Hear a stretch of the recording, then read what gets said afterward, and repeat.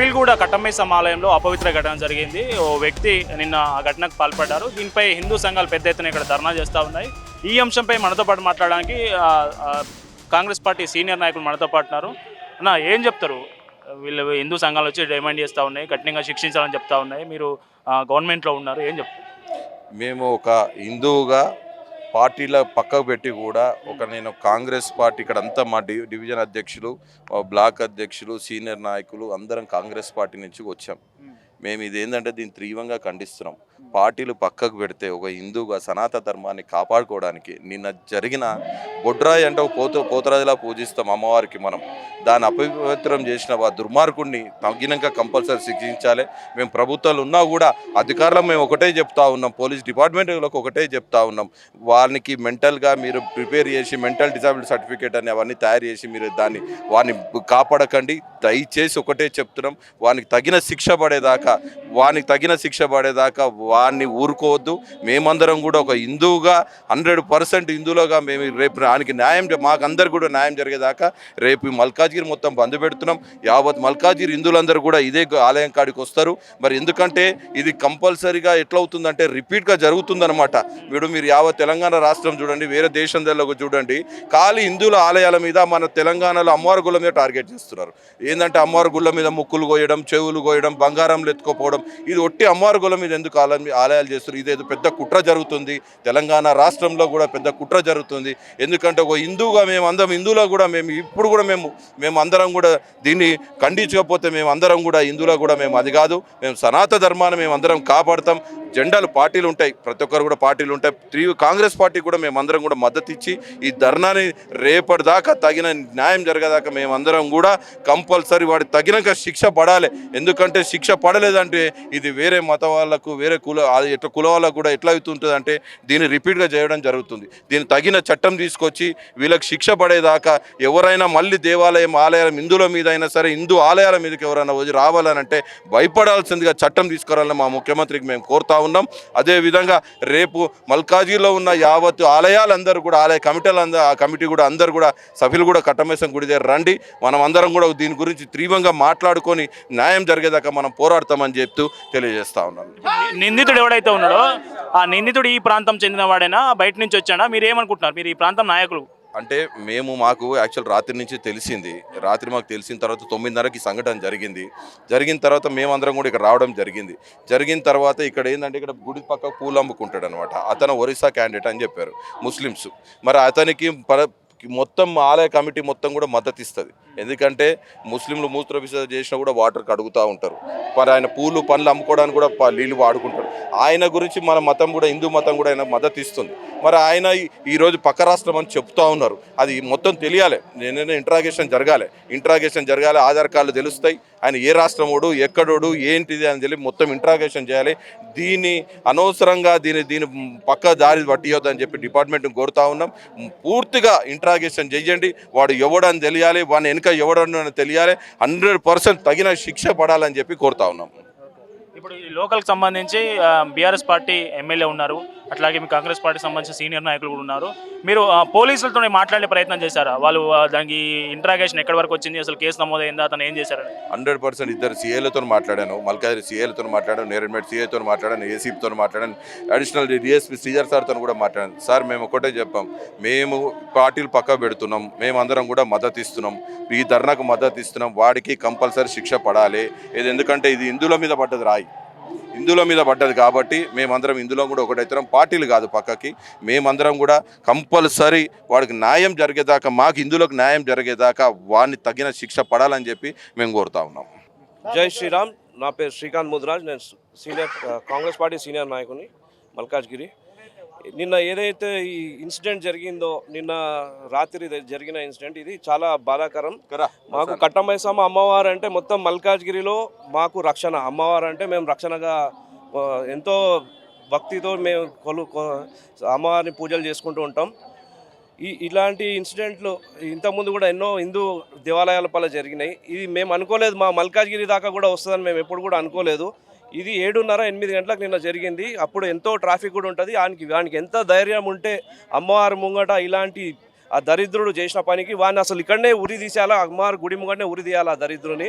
వాని ఇప్పుడు ఏదైతే పోలీస్ కస్టడీలో ఉన్నాడు వాని ఇట్లాంటి ఇన్సిడెంట్లు మళ్ళీ ఎక్కడ జరగకుండా వాని కఠిన చర్యలు దానిపైన తీసుకోవాలని మేము కోరుకుంటున్నాం.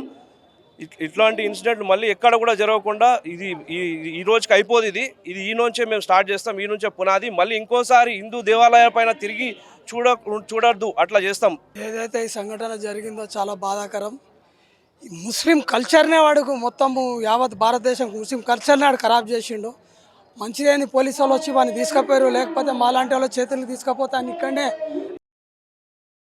ఇంకొకసారి ఎవడు ఇట్లా చేయడానికి హెచ్చరిస్తున్నాము. ఇంకొకసారి ఇక్కడ ఎవడు ఏం చేయకూడదు అని చెప్పి చూసారా ఫస్ట్ ఎవరు చూసారు అతను ఎవరు చూసారంటే ఇక్కడ కరెక్ట్ 8:30కి 8:40కి ఏమి ఉంటుంది. ఇప్పుడు ఎవరైతే ఉన్నాడో ఈ ముస్లిం అబ్బాయి కూడా ఇక్కడ కొత్తిమీర అమ్ముతాడు అని చెప్పేసి చెప్తారు కొంతమంది. ఇక్కడ కూరగాయలు అమ్మేటోళ్ళే ఫస్ట్ చూసి పట్టుకొని చేసి అతన్ని పట్టుకొని దాన్ని కొట్టడం అంతా జరిగింది. వాస్తవంకి వాడు ఇక్కడ లోకల్ కాదు, ఇక్కడ పర్సన్ కాదు. వాంటెళ్ళి ఇక్కడ తీసుకొని వచ్చిర్రు. వాళ్ళు ఎవరైతే తీసుకొని వచ్చిర్రో ఎవరైతే చేయించిర్రో వాళ్ళు మనకు తెలియాలా. అది అవ్వడంతో అది ప్రీ ప్లాన్గా అది ఎవరు ఏం మాట్లాడక ముందుకే వాడిని ఏం అడగక ముందుకే వాడిని పంపించేసారు. వాడిని మేము అక్కడనే నిడమేట్ పోలీస్ స్టేషన్ దగ్గర కూడా ఎంక్వైరీ చేసి అక్కడ పోలీస్ స్టేషన్ దగ్గర కూడా లేడు. ఆ మనిషి ఇక్కడ మనిషి కాదు అనేది చెప్తున్నారు. సరే, ఒకవేళ మన మౌలాలీలో మేము ప్రతి ఒక్కరిని గుర్తుపడతాం. మీ అబ్బాయిని కూడా ఎప్పుడు ఇక్కడ చూసింది లేదు, చేసింది లేదు. ఆ మనిషి ఎవరో ఏందో తెలుసుకొని మీరే మీడియా తరఫు నుంచే బయట పెట్టాలని చెప్పేసి మేము కోరుకుంటున్నాం. ఇప్పుడు ఇట్లాంటి ఘటనలు పదే జరుగుతున్నాయి. మన రాంపల్లిలో జరిగింది, ముత్యాలమ్మ జరిగింది, ఇప్పుడు మల్కాజ్గిరిలో మొట్టమొదటిసారి జరుగుతూ ఉంది. ఏం చెప్తా ఉన్నారు ఇక్కడ ఉన్న స్థానికులు, హిందువులు ఏం చెప్తారు మీరు? స్థానికులు అంటే వీళ్ళు వాంటెడ్లీ వాళ్ళకు ఒక మెంటల్ సర్టిఫికేట్ తీసుకొని వచ్చి వాళ్ళకు ఒక మెంటల్ సర్టిఫికేట్ సృష్టించి వాళ్ళని గుళ్ళ మీద ఇడిచేసి వాడు పిచ్చోడు వాడు ఆడు అంటే అందరం పిచ్చోళ్ళమే. ధర్మాల కాడికి దేవుని దగ్గరికి ఎవరైనా వచ్చిన అనుకో ఇక్కడ ఉన్న వాళ్ళంతా ప్రతి ఒక్కరు పిచ్చోళ్ళే. అర్థమైందా?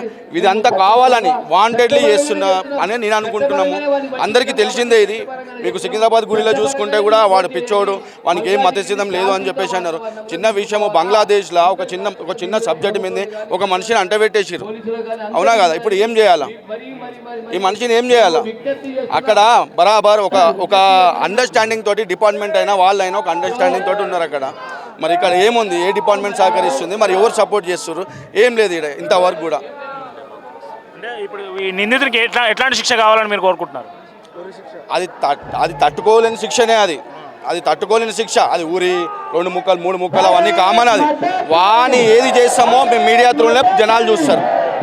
దానికి ఎవరికి సమాధానం, ఆ సావుతోటి అది ఎవరికి సమాధానం అవుతుందో వాళ్ళకే సమాధానం అవుతుంది. అది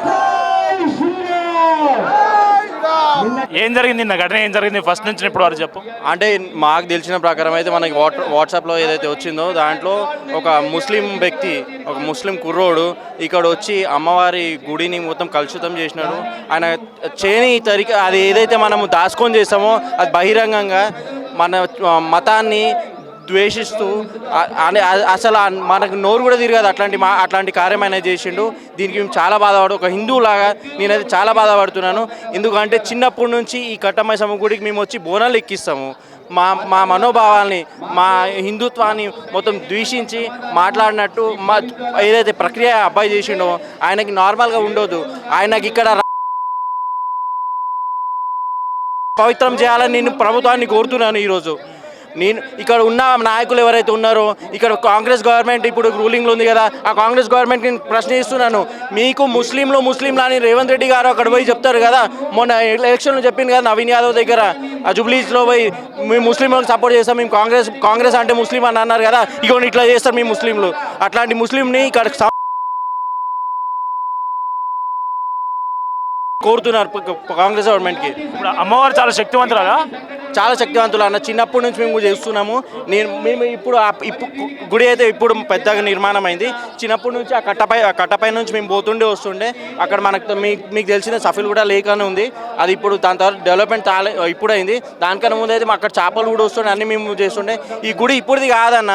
ఈ గుడి కనీసం ఒక 30-50-40 సంవత్సరాల నుంచి ఉంది ఈ గుడి.